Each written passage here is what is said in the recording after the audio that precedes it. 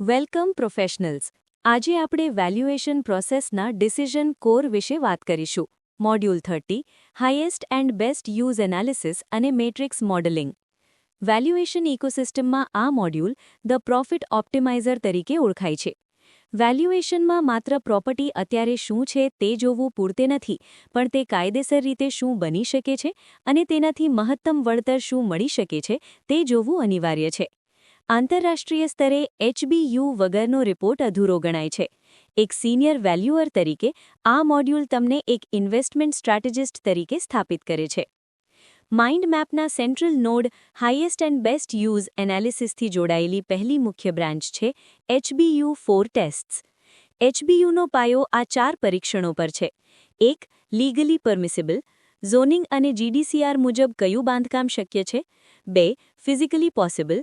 પ્લોટનો આકાર, સાઇઝ અને માટીની સ્થિતિ શું પરવાનગી આપે છે. 3. Financially feasible. કયા વપરાશમાં પ્રોજેક્ટ નફો કરી શકે તેમ છે. 4. મેક્સિમલી પ્રોડક્ટિવ.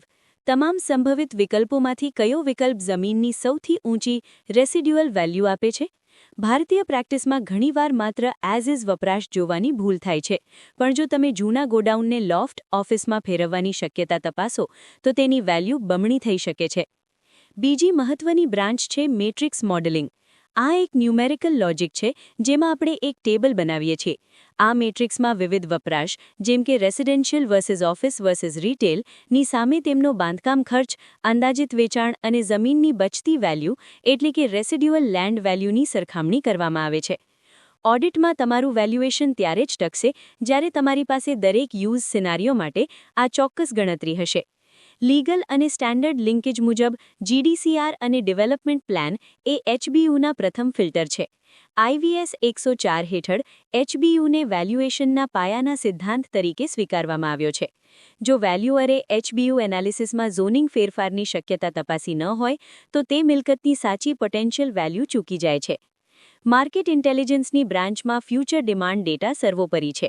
રિસર્ચરે ક્યારેય માત્ર આસપાસ શું બનેલું છે તે જોડવાની રિસર્ચર ટ્રેપમાં ન ફસાવવું જોઈએ, પણ શું નથી બન્યું પણ બની શકે છે તેના પર ધ્યાન આપવું જોઈએ.